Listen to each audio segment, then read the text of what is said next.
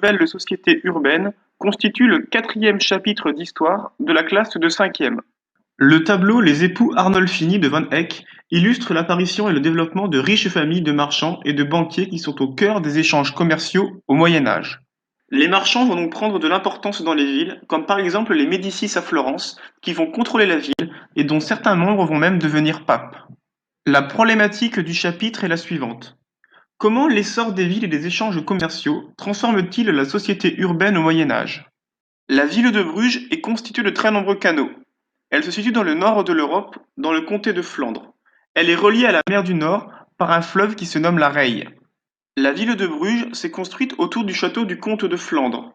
La ville est tellement peuplée, environ 50 000 habitants au XIIIe siècle, que les maisons remplacent de plus en plus les espaces verts. On retrouve de très nombreuses églises dans la ville de Bruges. Il y a également une halle qui prouve que c'est une ville commerciale et un beffroi qui montre l'émancipation de la ville par rapport au comte. La ville de Bruges est réputée au Moyen Âge pour ses foires. En effet, on y retrouve des produits venus de toute l'Europe et notamment de la draperie qui fait la renommée de la ville. Bruges est vraiment à l'époque le grand centre commercial de l'Occident avec des marchands venus de toute l'Europe et notamment de Venise. On y vend des étoffes, des fruits, du vin et même des épices. Toutes les transactions commerciales passent par des banquiers. Ces bourgeois sont extrêmement riches car ils estiment la monnaie et prêtent de l'argent aux commerçants pour leurs achats. La croissance démographique au Moyen Âge entraîne un afflux de la population dans les villes qui deviennent de plus en plus peuplées, avec des ruelles très étroites. Les habitations sont désormais construites au-delà du bourg et donc des remparts, dans ce que l'on appelle des faubourgs. Au XIVe siècle, 20% des habitants de l'Europe occidentale habitaient en ville. Du XIe au XIVe siècle, l'Europe connaît une période de paix favorable au développement du commerce par voie terrestre ou maritime. Trois grandes régions commerciales se développent alors. Ces trois grandes régions sont l'Italie du Nord, avec Venise, la Flandre, avec Bruges, et la Champagne, célèbre pour ses foires comme celle de Provins. On retrouve donc de nombreuses boutiques dans les villes qui deviennent de véritables carrefours commerciaux où les bourgeois et les banquiers s'enrichissent grâce aux lettres de change.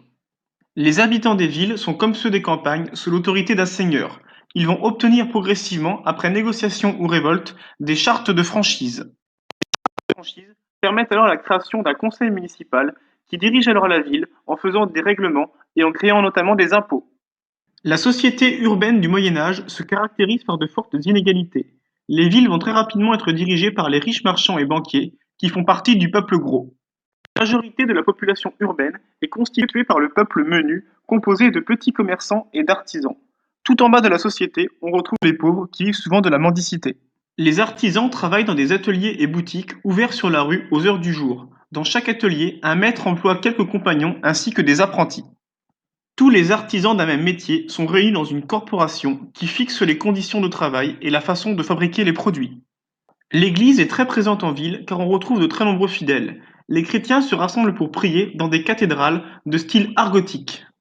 Dans les villes, l'église prend également en charge l'enseignement à travers les écoles et les universités, ainsi que l'assistance aux pauvres et aux malades.